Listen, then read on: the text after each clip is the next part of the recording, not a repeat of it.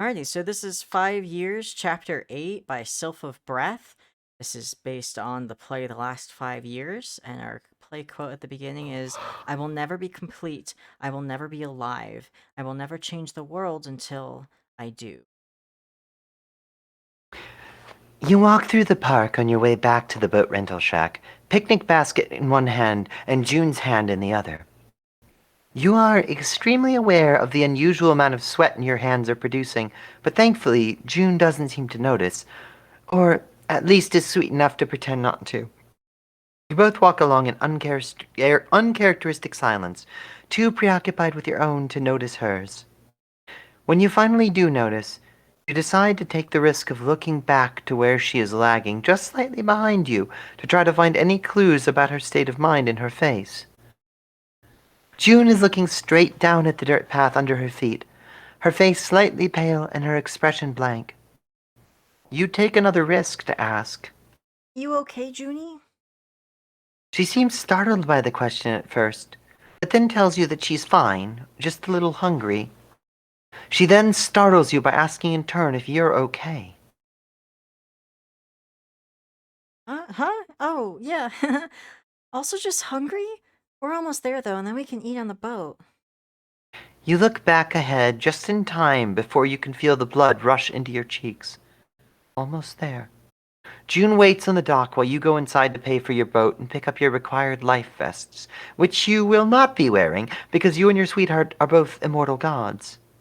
Your hand is still so moist and unsteady that you drop your credit card and make such a frightening involuntary sound in response that the teenager behind the counter asks if you're okay. You ignore him and instead just scramble to pick it up, and then turn around to make sure June didn't see or hear any of that. But luckily, she is at the end of the dock, just staring out at the lake. Breathe, Lalonde. You can do this. The sky is cloudless, the air is warm, the water is clear, and the now-eaten lunch was delicious. But you barely notice any of these things as you sit in silence at the back of the small rowboat. All you know is that the most beautiful woman in the world is sitting there at the front of this very boat, silently staring out at the lake. Okay, now or never. Um, Junie?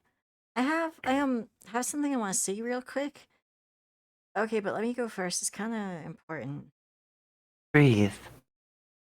Okay, here it goes. I just want to say that knowing you, getting to know you more and more every day, getting to watch you and be with you as you figure out who you want to be and try so hard to be that person, and getting to love you through it all, and you loving me, it's more than I ever could have imagined or hoped for myself. And having you by my side for all this stuff with the book and the speaking tours and everything has just been. I honestly don't think I could do any of it without you. Like, literally, I'd just be like, nope, sorry, not doing it. Focus. And watching you work on your game was like, for real, the coolest shit ever. It was seriously so good, Junie. I'm blown away whenever I think about this thing that you just made out of your brain.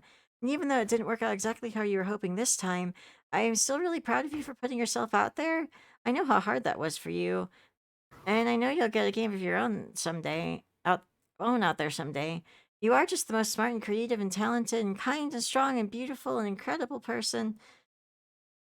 And I don't think enough people really see that, and I hope that someday they do, but I see it every second I'm with you, and it just it fills my heart in ways I never even thought were possible. You take another deep breath, but this time it's not enough to stop you from shaking. Junie, I know that you and me are probably gonna live forever, or at least a really, really, really long time. And TBH, that's kind of terrifying to me, because like I don't even know what I want for dinner tonight. Well, I know we don't know what's gonna happen or how things are gonna change or how we're gonna change or if any of this is even really real or what the fuck that even means, but I do know that I don't want to spend another minute of my life not being yours and you being mine as fully and completely as possible. So, um, You're shaking so hard now that the boat itself vibrates, but you couldn't stop now even if you wanted to, and you don't want to. You clumsily push yourself forward off of your seat and onto one knee, pull the box out of your jacket pocket, and present the sapphire and aquamarine ring inside. June Egbert, will you marry me? Roxy! Their name is all you can manage to say at first.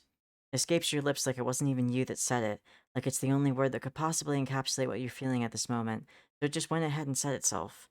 But then you look, really look, at their face, so raw and so loving and so desperate and so goddamn beautiful, and you know that you have to find your own words. You have to try to explain yourself to this person who, for some reason, loves you more than anything and is waiting for you on an answer. Roxy, I'm a fucking mess. No, just let me finish, please. It's not even about my stupid game or the stupid cons or your book. I mean, no, the book is amazing, Roxy. I'm so fucking proud of you, but that's not what matters. Not really. It's more than that. You feel the tears start to sting your eyes, but you look away and manage to fight them back. I am not a complete person. Like, deep down in my very soul or whatever, I've always sort of felt that way, but sometimes I'm kind of good at ignoring it and distracting myself with stupid shit like making games or playing stupid pranks or just hanging out or whatever. And yeah, sometimes something actually big or important comes up, like altering reality to save the universe and everyone that matters to me. And yeah, that sort of thing keeps me feeling pretty okay about myself for a good while, but in the end, it never lasts. At the end of the day, it's always just been me and my big gaping hole inside to keep me company. A single tear manages to escape and drips slowly down your cheek. Shit, this is not how I wanted this to go at all. I had planned out everything I wanted to say, but now. You take a deep breath to calm your nerves. I just. I don't want to hurt you, Roxy. I've never been more terrified of anything in my life as I am of hurting you. And I want nothing more than to be able to promise you that I can be with you for literally ever and never let you down, but I can't. To the point, God, I just keep fucking this up. This is why I should never try to plan anything. Well, it doesn't matter now, I guess. Finally abandon your seat to meet Roxy on the floor of the boat. You take their hands in yours and you look straight in the eye.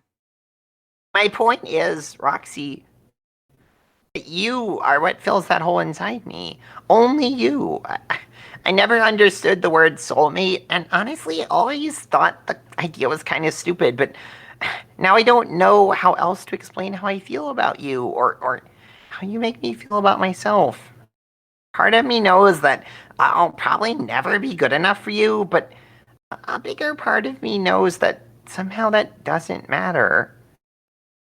Universe we're in, whether it's real or fake or doomed or whatever, here, now, we belong together.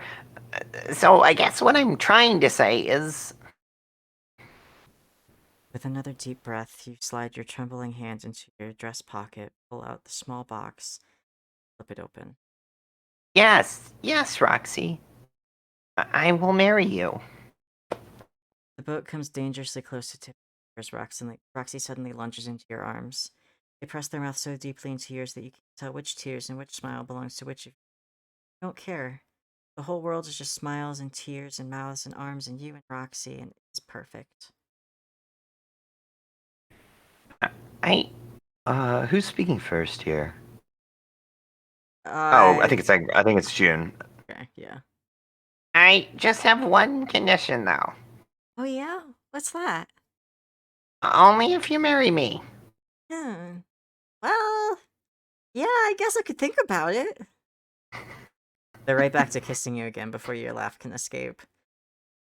The sun is showing signs of getting ready to set before you finally break free long enough to let Roxy slide their ring onto your finger. First, they insisted, because they asked first, and then you slide yours onto theirs. A short while later, Roxy retakes their seat in the back of the boat and rows you back to the dock, and you spend the ride on the boat's floor with your head in their lap. Your legs... Wait, no, It's yeah. still the June narrator. Your legs feel so weak that you practically let Roxy drag you through the park. You find it hard to believe that they don't notice how disgustingly sweaty your hand is, but of course they would never mention it even if they did. You almost let out a yell when they suddenly break the silence to ask if you're okay. Yeah, I'm fine. Just kind of hungry, I guess. Are you okay? They tell you that they're also kind of hungry, and you can't spare the brain capacity to even consider not believing them. When they turn around, your free hand instinctively goes for the pocket of your sundress. Yes, it's still there. Breathe. Roxy goes into the shack to rent the boat, and you find yourself at the end of the dock, eyes fixed on the lake. You thought you heard a noise inside, but by the time you glance over, Roxy is just standing at the counter paying for the boat. You take the opportunity while their back is to you to quickly pull the box out of your pocket and sneak a peek at the ring inside. It looks the same as it did the last time you checked, of a heart-shaped diamond surrounded by tiny pink sapphires. The sight of it is enough to send a wave of peace through you. It's beautiful. It's perfect. Roxy will love it. They'll say yes. Wow, they will say yes, right? You manage to tuck the ring back away when you hear Roxy and the boat rental kid come out to the dock. He's saying something about safety procedures and liability and other such nonsense that would probably be important if you and your partner weren't immortal gods. The time for panic and doubt is mercifully over. You are officially doing this. You take a deep breath and head over to meet them by the boat. God, that whole story is really good. It's like really sad overall. Like I was saying that the last time we read a chapter from this, I spent like the rest of the night just like reading the entirety of the rest of the story. And it's really good, and it's also kind of really sad. That is so specialty. It is. I like it though. It's a really it's a really nice story. I was AFK for a while. What I'd miss? Gay people. Gay people, yeah. Gay people.